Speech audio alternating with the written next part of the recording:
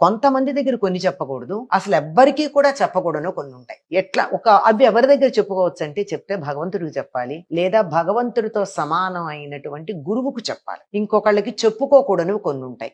ఇది వ్యక్తిగతమైనవి. వ్యక్తిగతం కానివి కూడా కొన్ని ఉంటాయి బయటికి చెప్పకూడనివి.